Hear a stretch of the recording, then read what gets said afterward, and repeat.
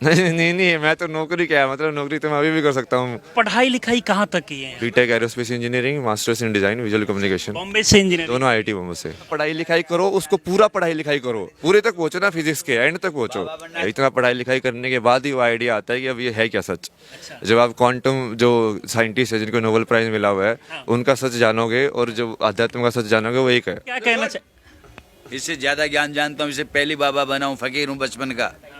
कौन पूछता है? महाकुंभ मेले में आए आईआईटीएन बाबा जो इस वक्त पूरे देश में चर्चा के विषय में बने हुए, इनका कहानी आपने सोशल मीडिया पर जरूर देखा होगा। आईआईटी बॉम्बे से इन्होंने इंजीनियरिंग किया और इसके बाद अध्यात्म की दुनिया में ये बढ़ गए आगे।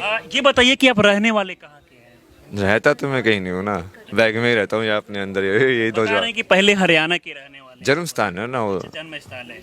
आप पढ़ाई लिखाई कहाँ तक की है यहाँ? पढ़ाई लिखाई मास्टर्स तक किया है, अच्छा, BTech aerospace engineering, masters in design visual communication, Bombay से इंजीनियरिंग। दोनों आईआईटी बॉम्बे से। अच्छा अच्छा। तो इतना पढ़ाई लिखाई करने के बाद भी आपके मन में आइडिया कहाँ से है कि मुझे साइंस को छोड़कर अध्यात्म की दुनिया में? वो सवाल उल्टा है, इतना पढ़ाई लिखाई करने के बाद ही वो आइडिया आता है कि अब ये है क्या सच।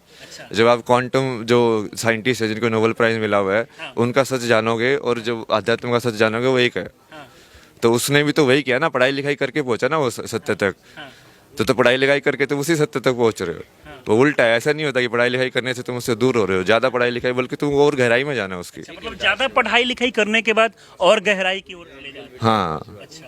तो घर के लोग का रिएक्शन क्या था? क्या घर के लोग माना किए कि अध्यात्म की दुनिया में नहीं जाने के लिए, नौकरी करने के लिए, ऐसा कुछ? नहीं नहीं नहीं, मैं तो नौकरी क्या है, मतलब नौकरी तो मैं अभी भी कर सकता हूँ। देखो तो काम जैसे होगा वैसे हिसाब से करेंगे ना। समझ नहीं रहे हो आप यार। तो वो अलग चीज़ है, वो तुम कर्म के हिसाब से देख रहे हो, वो कर्म के हिसाब से नहीं है, वो वैराग्य के हिसाब से कि तुम्हारे अंदर तुम उस चीज़ को, जैसे बहुत सारे ऐसे जैसे गुरुजी भी है, ये हैंडल करते हैं ना सब लोगों को, मैनेज भी करते हैं, पैसे भी ये सब भी करते हैं। तो क्या वो अब संसार में आ गए?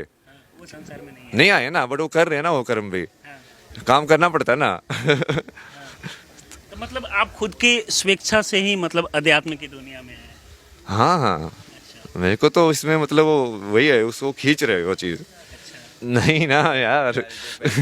आजकल के युवा देखा जा रहा है कि वो, उनको लगता है कि बस पढ़ाई लिखाई करे, नौकरी करे, लेकिन अध्यात्म की तरफ ध्यान नहीं जाता। उनको क्या? इसका जवाब तो पहले ही दे दिया ना, पढ़ाई लिखाई करो, उसको पूरा पढ़ाई लिखाई करो, पूरे तक पहुंचो ना, फिजिक्स के एंड तक पहुंचो। बाबा बनना अच्छी बात नहीं है।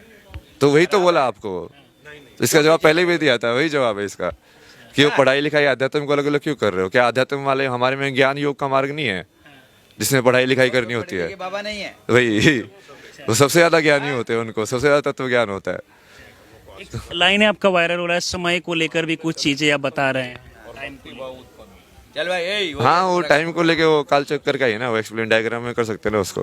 जैसे एक स्क्वायर को ही तुम रिपीट करके, एक ट्रायंगल को रिपीट करके तुम फिर से ट्रायंगल नहीं बना सकते हो। चक्कर हमसे माने जो माने जी, ये मेरा शिष्य। इससे गुरुजी आप क्या कहना इससे ज्यादा ज्ञान जानता हूँ, इससे पहली बाबा बना हूँ, फकीर हूँ बचपन का। कौन पूछता है? तुमको तो एक बात मानी पकड़नी, बस फ्लट। आध्यात्मिक क्षेत्र बेटा ज्ञान होता है, परमात्मा आत्मा परमात्मा होता है। जीवन मानो बड़े भाग्य मानुष तन पावा, सूर दुर्लभ सारे के सारे ग्रंथन गावा।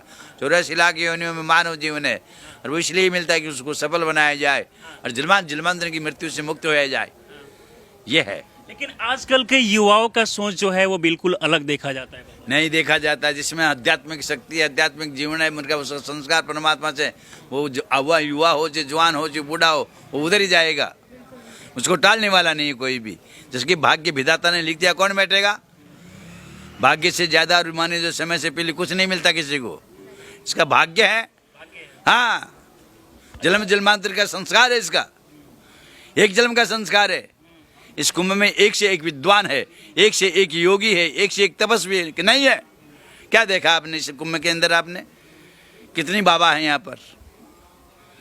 तो हाँ, तो ये सा है ना, अभी वायरल हो गया तो तुम सब पीछे बढ़ गए। कौन बाबा नहीं है? मतलब और भी बाबा है, उनको नहीं दिखाया। आप ये भी बता रहे हैं कि आपके सपने में महादेव जी कितनी बाबा है? नहीं, वो तो हमेशा ही रहते हैं ना। बोलो, क्या बोलते हैं? बहुत बाबा। जो चीज बोलनी होती है वही बोलते हैं। चलिए, बाकी इस पूरे वीडियो को देखकर आप लोग क्या सोचते हैं अपनी राय में जरूर दें। आप हमारे साथ जुड़े रहें। बहुत बहुत धन्यवाद।